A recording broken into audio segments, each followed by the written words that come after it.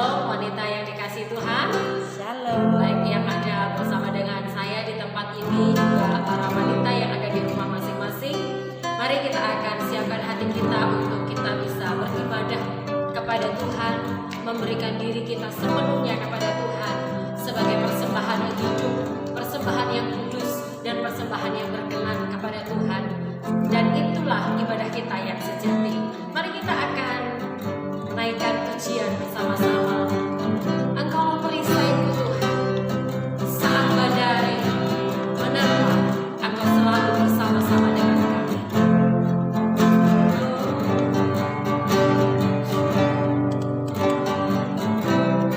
Engkaulah perisaiku, Yesus, saat badai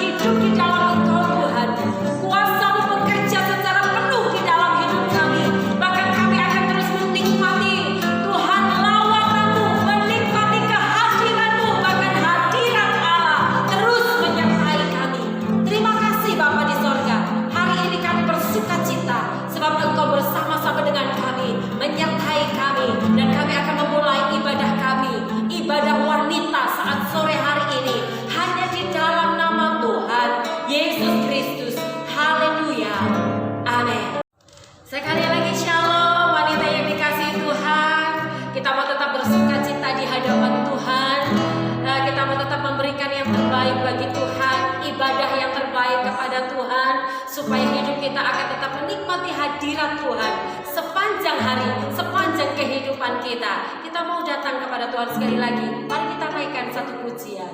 Seperti wanita mengurapi, menangis di bawah kaki Tuhan, menghampiri Tuhan dengan kerendahan hati, menghampiri Tuhan dengan segenap hati, sampai kita akan merasakan kehadiran Tuhan melawat setiap kehidupan kita di rumah Anda masing-masing.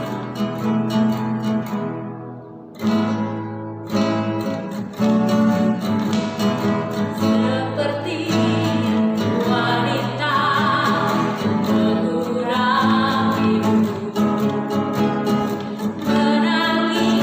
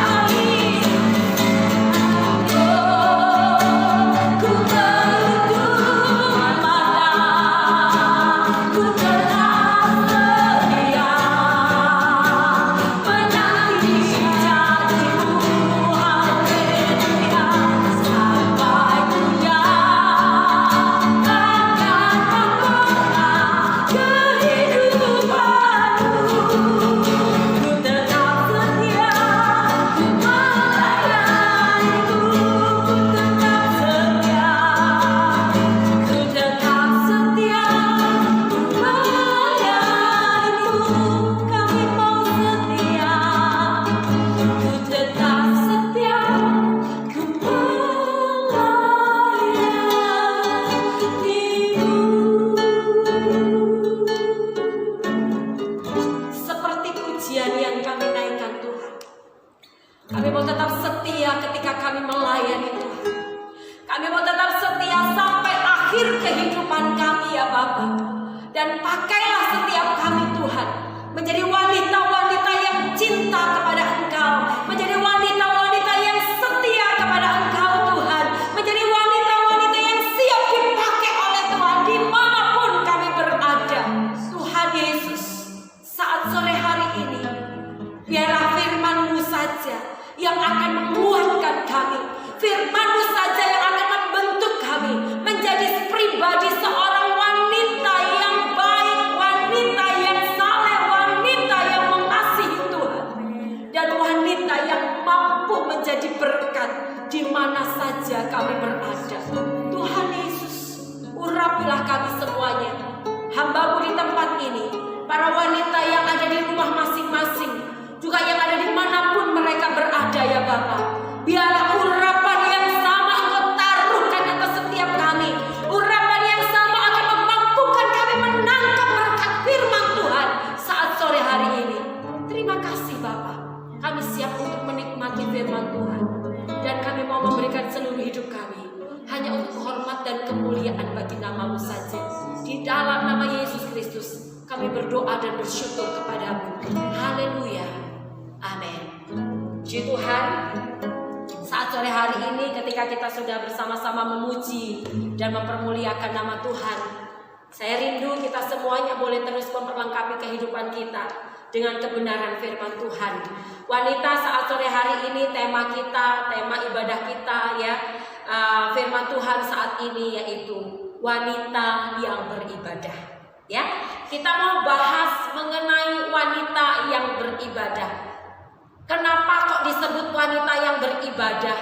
Bagaimana bisa menjadi wanita yang beribadah? Kita mau kupas itu saat sore hari ini, dan biarlah Anda tidak terlewatkan oleh berkat firman. Mari kita akan buka Alkitab kita bersama-sama di dalam 1 Timotius pasal yang kedua, ayat yang ke-9 sampai dengan ayat yang ke-15. Mengenai perikop wanita yang beribadah ya. Ibu-ibu bisa siapkan catatan Anda masing-masing di rumah supaya kita tidak tertinggal dengan berkat firman Tuhan, dan kita bisa mengulang masing-masing apa yang sudah kita catat bersama-sama ya. Di dalam 1 Timotius pasal yang kedua ayat yang ke-9 saya akan bacakan untuk kita semuanya. Demikian juga hendaknya perempuan, hendaklah ia berdandan dengan pantas, dengan sopan dan sederhana. Rambutnya jangan berkepang-kepang, jangan memakai emas atau mutiara ataupun pakaian yang mahal-mahal. Tetapi hendaklah ia berdandan dengan perbuatan baik, seperti yang layak bagi perempuan yang beribadah. Seharusnya lah perempuan berdiam diri dan menerima ajaran dengan patuh. Aku tidak mengizinkan perempuan mengajar, dan juga tidak mengizinkannya memerintah laki-laki. Hendaklah ia berdiam diri. Karena Adam yang pertama dijadikan, kemudian barulah Hawa. Ayat yang ke-14. Lagi pula bukan Adam yang tergoda, melainkan perempuan itulah yang tergoda dan jatuh ke dalam dosa. Tetapi perempuan akan diselamatkan karena melahirkan anak, asal ia bertekun di dalam iman dan kasih dan pengudusan dengan segala kesederhanaan. Amin. Wanita yang dikasihi Tuhan, saat sore hari ini kita membahas sebuah tema, yaitu mengenai wanita yang beribadah.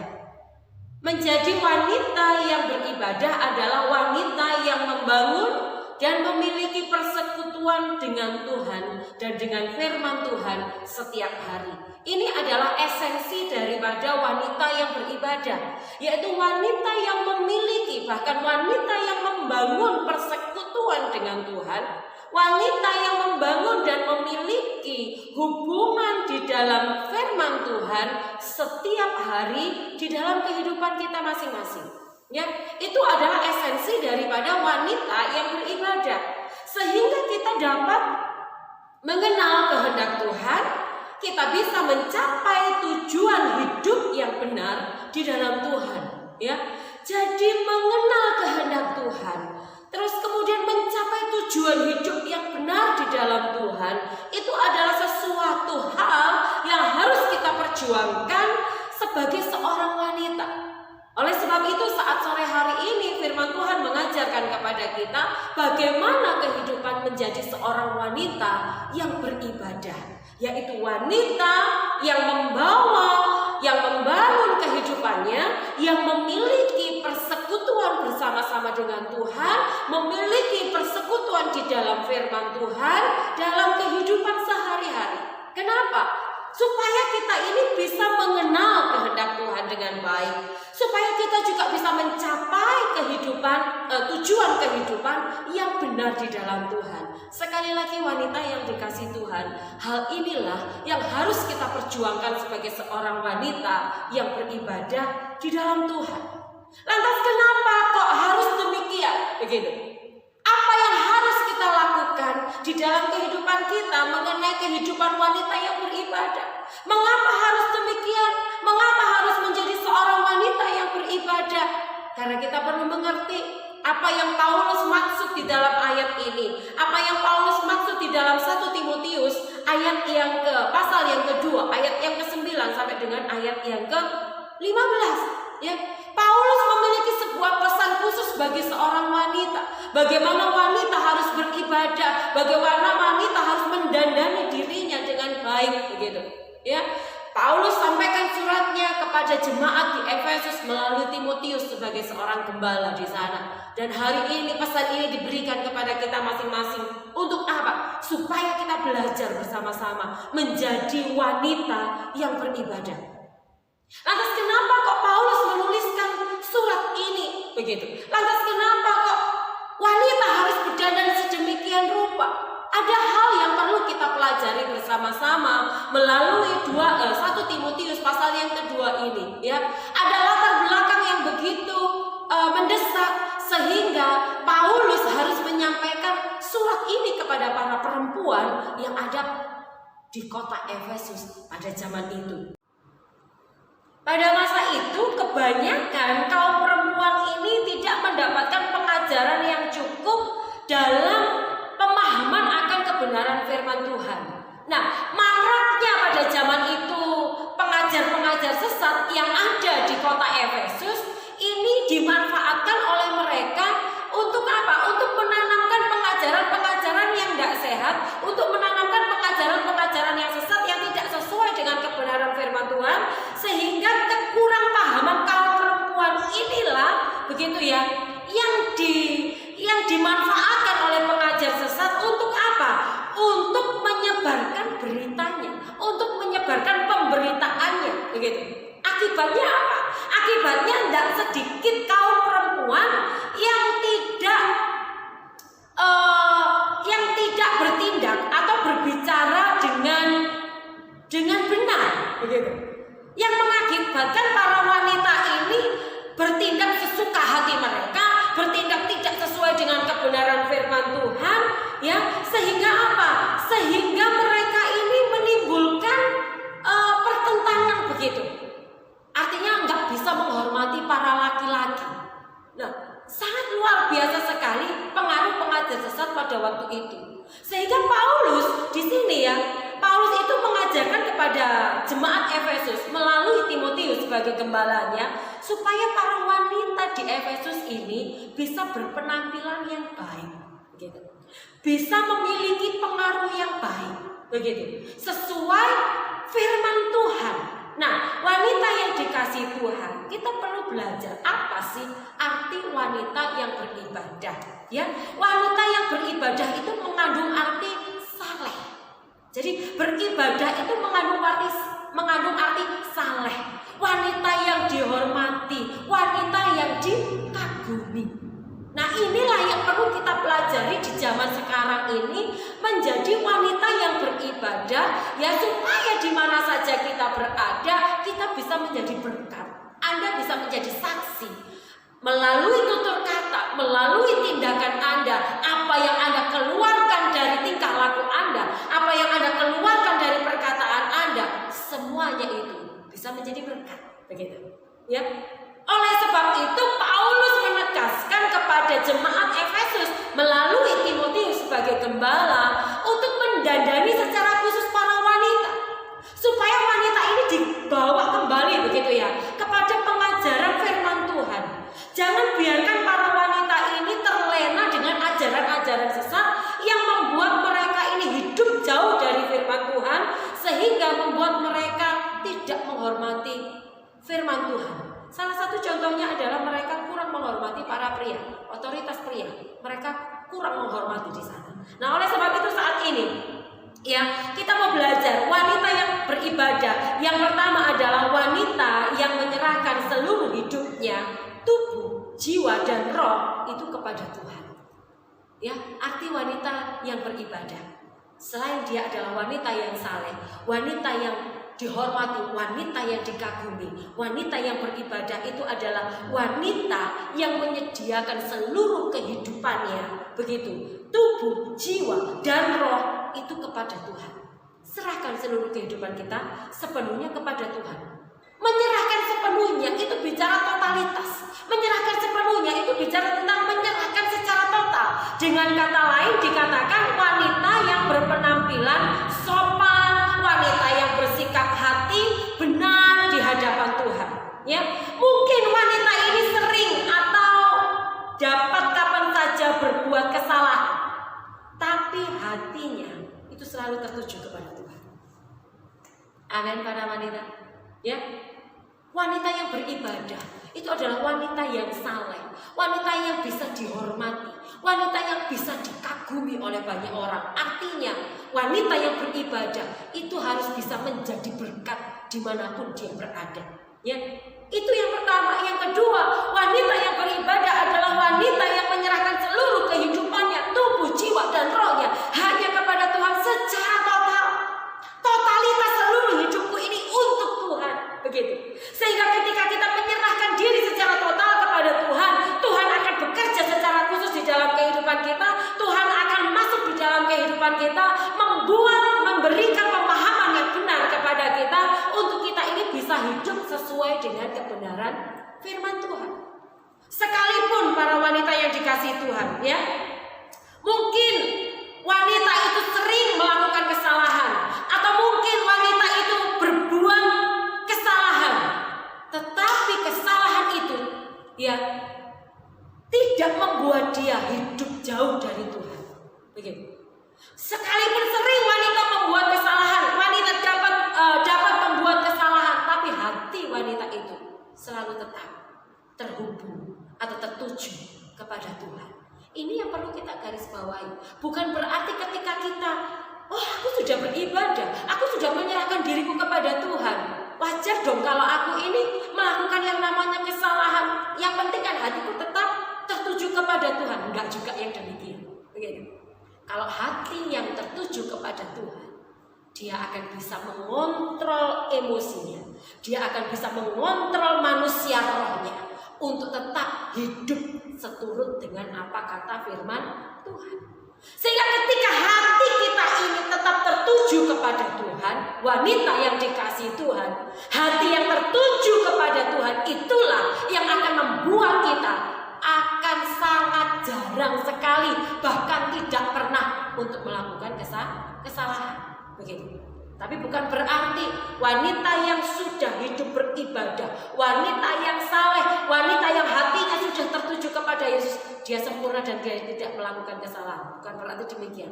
Karena bagaimanapun juga hidup kita masih ada di dalam daging. Tapi daging itu harus dikendalikan dengan manusia roh yang ada dalam diri kita. Amin para wanita yang dikasihi Tuhan. Artinya ketika engkau membangun diri sebagai wanita yang beribadah, pastikan kuasa roh Allah itu tinggal di dalam kehidupan kita. Pastikan engkau juga tinggal di dalam kasih karunia Allah, sehingga roh Allah itulah yang akan membuat kita ini untuk tidak melakukan yang namanya kesalahan. Ya, wanita yang dikasihi Tuhan, kita belajar. Coba kita akan buka, bandingkan ya begitu dengan Ulangan pasal yang ke-6. Ulangan pasal yang ke-6 ayatnya yang ke-5. Kita akan pelajari bersama-sama di sana ya.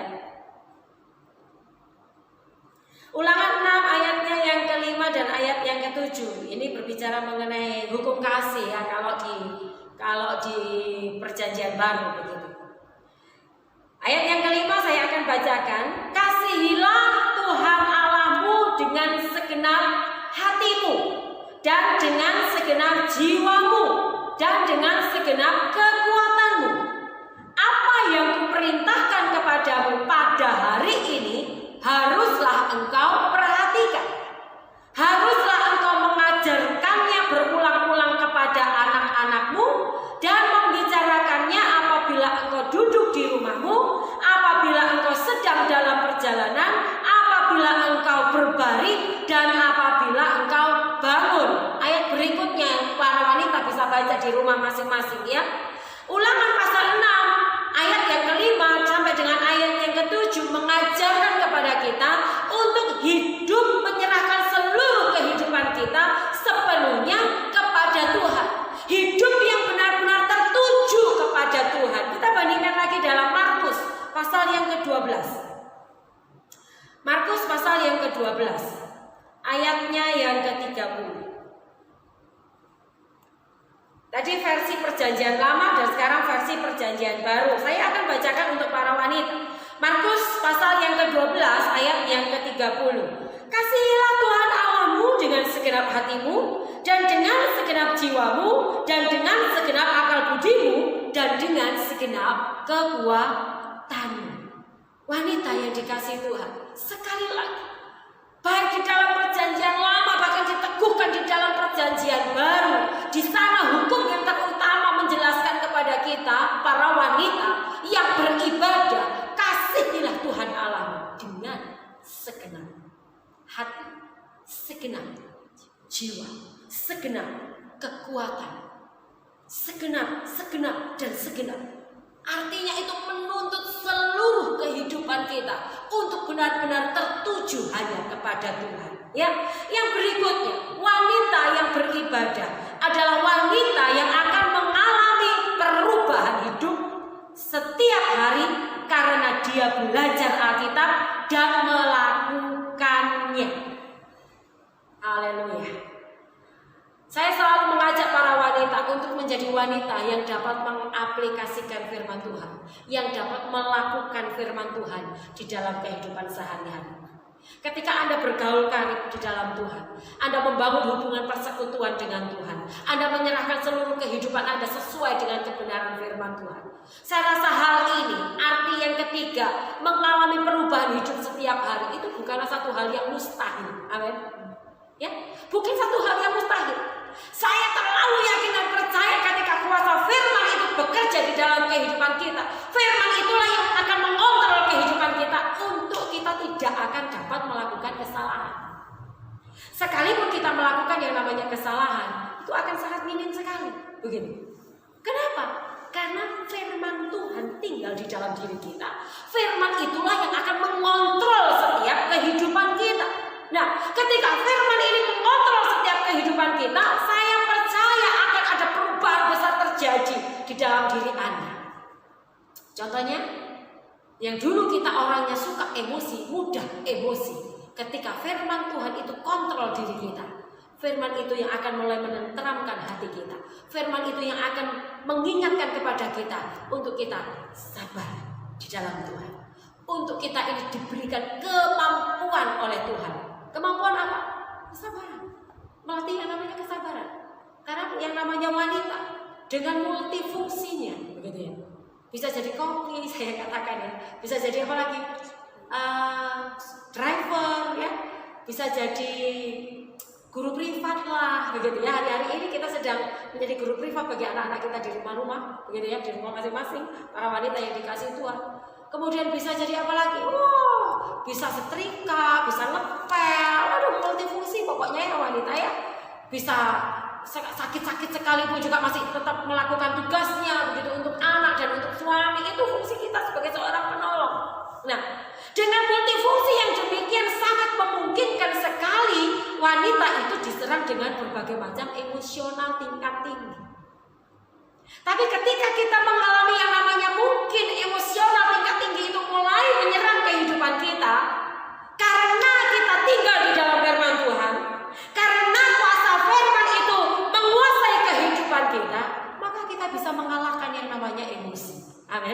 Ya, kita bisa mengalahkan yang namanya capek. Kita bisa mengalahkan yang namanya suasana hati yang gak enak. Kenapa? Karena firman yang mengontrol kehidupan kita. Karena firman yang menguasai seluruh kehidupan kita. Makanya tidak akan susah kalau wanita yang beribadah itu pasti akan mengalami perubahan hidup. Begitu. Ya, perubahan hidup. Kenapa kok bisa? Iya, karena dia belajar Alkitab dan melakukan firman Tuhan di mana saja dia berada. Dimanapun kita berada, kita bisa lakukan firman Tuhan. Anda di pasar, Anda bisa melakukan firman Tuhan. Anda di pekerjaan, Anda di rumah, Anda di gereja, kita sedang melakukan yang namanya firman Tuhan.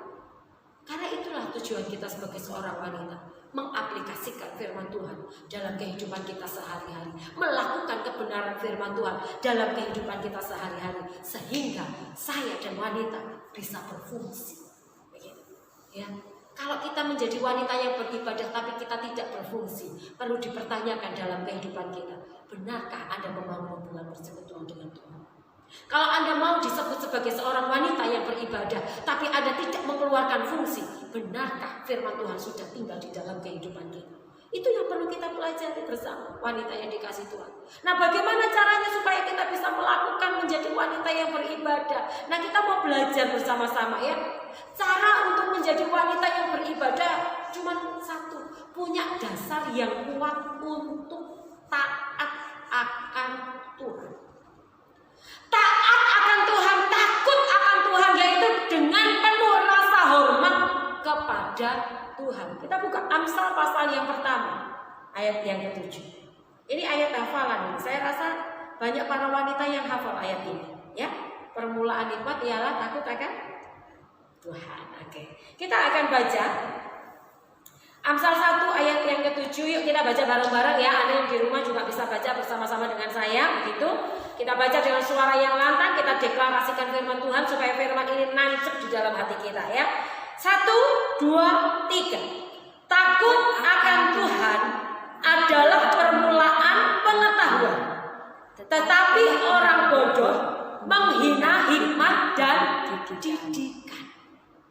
Ini untuk menjadi wanita yang beribadah, dasarnya adalah takut akan Tuhan. Ketika kita memiliki rasa takut akan Tuhan, ya, rasa hormat yang tinggi kepada Tuhan, maka artinya kita pun akan memiliki penundukan diri karena menghormati, bukan dipaksa. Ini yang perlu kita garis bawahi dalam diri kita.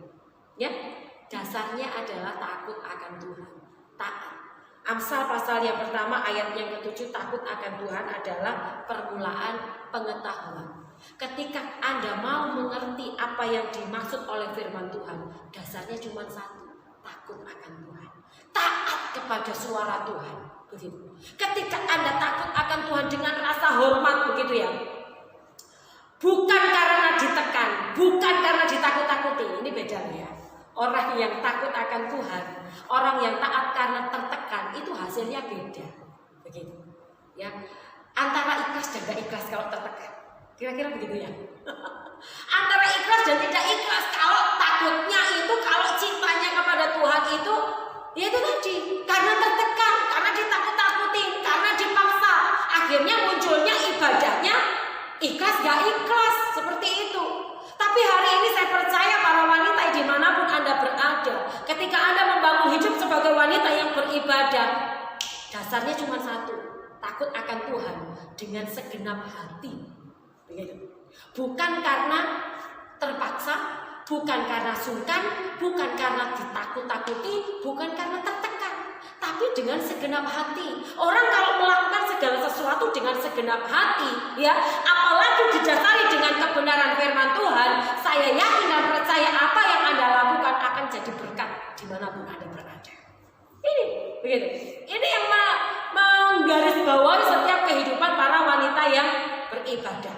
Oleh sebab itu wanita yang dikasih Tuhan, kesimpulannya adalah apa yang ditampilkan wanita sehari-hari itu menunjukkan apakah dia menghormati Tuhan atau tidak. Sekali lagi, apa yang ditampilkan wanita sehari-hari, ya, itu adalah menunjukkan apakah dia menghormati Tuhan atau enggak, begitu, ya. Yaitu melalui apa? Melalui cara berpakaian, melalui cara berhias diri, melalui cara mereka bersikap, begitu. Ya, ini yang perlu kita perhatikan bersama-sama, melalui cara mereka berespon dalam segala keadaan. Mari kita koreksi diri kita bersama-sama. Ya.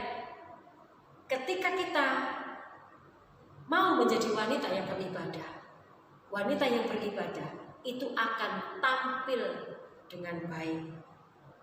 Mulai dari cara berpakaian, cara berhias diri, cara bertutur kata, cara merespon segala sesuatu, ya, itu bisa dilihat apakah dia ini wanita beribadah atau enggak. Begitu. Ibadahnya itu dengan segenap hati, dengan cinta dan takut akan Tuhan, atau karena terpaksa. Kalau wanita ibadahnya hanya karena terpaksa, maka saya percaya, ya, apa yang menjadi larangan dari Rasul Paulus justru itu yang akan mereka lakukan. Cara berpakaian yang bisa dilihat di mana saja, gitu ya.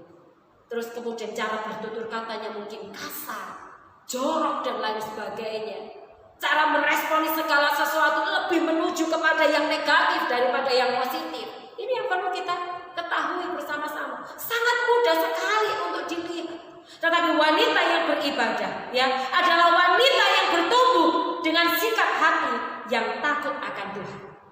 Ya, maka wanita ini akan berpenampilan yang baik, yang kudus, yang menarik, yang cantik, yang benar, luar dan dalam. Amin. Yang cantik luar dan dalam, dalamnya cantik, maka luar juga pasti akan cantik. Cantik luar belum tentu dalamnya cantik, tapi cantik dalam pasti luarnya cantik. Artinya, perhatikan penampilan Anda. Perhatikan tutur kata Anda, perhatikan cara Anda bersikap, perhatikan cara Anda merespon segala sesuatu. Apakah sudah mencerminkan wanita yang beribadah atau belum? Begitu. Ya. Mengapa kok kita ini perlu melatih diri untuk menjadi wanita yang beribadah, supaya kita tidak menjadi wanita yang seperti Rasul Paulus sebutkan di dalam 1 Timotius 2 ayat yang ke-9. Sebagai ayat yang terakhir, mari kita buka sekali lagi 1 Timotius pasal yang kedua ayat yang ke-9.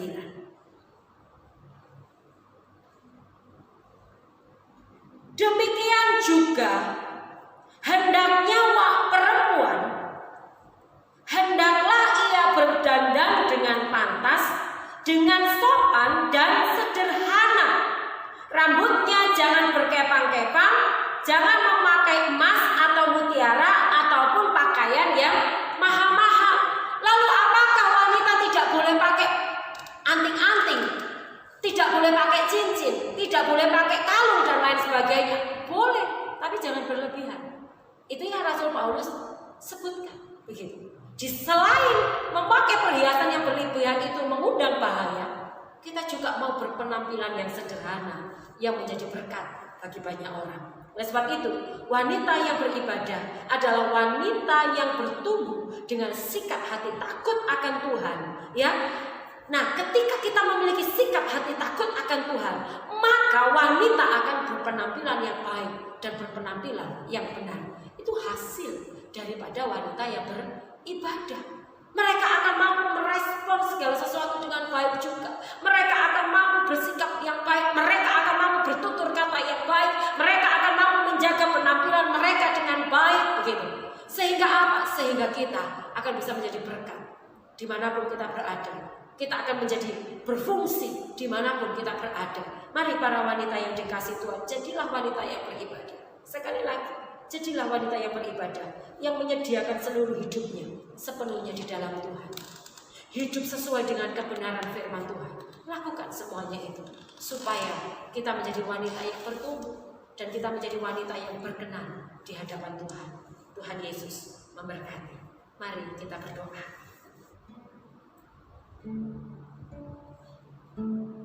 Kami bersyukur kepadamu Tuhan. Kasih-Mu mengingatkan kembali kepada kami. Firman-Mu mengajarkan kami kembali untuk kami bisa hidup sesuai dengan kebenaran firman Tuhan. Saat sore hari ini Bapa, ampuni kami kalaupun kami masih sering melakukan kesalahan di hadapan Tuhan. Kalaupun kami sering kali Tuhan melakukan kesalahan di hadapan manusia. Kalaupun mungkin kami belum berfungsi dengan baik dan benar. Ampuni kami Tuhan. Kalau dari setiap tutur kata, tindakan dan kehidupan kami ini tidak menjadi berkat. Ampuni kami Tuhan. Hari ini kami mau bertobat bersama-sama. Hari ini kami mau melakukan kebenaran firman Tuhan bersama-sama. Hari ini Tuhan tolonglah kami, berikan kemampuan kepada kami untuk kami bisa menerima firman-Mu dengan baik. Tolonglah kami supaya kami bisa menghidupi kebenaran firman Tuhan dengan baik. Sehingga kami boleh menjadi wanita-wanita beribadah yang siap berfungsi di mana saja kami berada. Tuhan Yesus, biarlah Engkau jamah para wanita dimanapun mereka berada saat malam hari ini. Mereka yang ada di gereja, mereka yang ada di rumah-rumah masing-masing. Jamah kami Tuhan, masuk di dalam kehidupan kami. Kami mau datang dengan segenap hati kami. Bukan karena kami terpaksa, bukan karena kami Tuhan ditekan untuk melakukan persekutuan, tapi karena kami mau melakukan persekutuan kami dengan Tuhan. Kami mau melakukan ibadah kami di dalam Tuhan dengan dasar hati cinta dan takut akan Tuhan. Terima kasih Tuhan Yesus. Ajar sekali lagi kepada kami untuk kami boleh tetap Tuhan tinggal di dalam kebenaran firman. Dan kami percaya malam hari ini kami seluruh kaum wanita yang mendengarkan ibadah ini, yang mendengarkan firman Tuhan ini, kami bersama-sama diberkati dengan firman Tuhan. Ada kekuatan baru, ada kuasa Allah yang mengalir memenuhi kehidupan kami, sehingga kami Tuhan akan dipenuhi dengan urapan kuasa Roh Kudus. Terima kasih Bapak. Kami bersyukur atas firman Tuhan saat sore hari ini. Di dalam nama Yesus Kristus kami berdoa kepadamu. Haleluya. Amin. Puji Tuhan, wanita yang dikasihi, saat sore hari ini kita sudah mendengarkan firman Tuhan, dan mari kita akan bersama-sama memberikan korban persembahan bagi Tuhan. Kita naikkan pujian Hidupku Sekarang. Mari kita berikan persembahan kita kepada Tuhan dengan hati yang penuh dengan sukacita, sehingga apa yang kita beri Tuhan akan kembalikan berlipat-lipat kali ganda.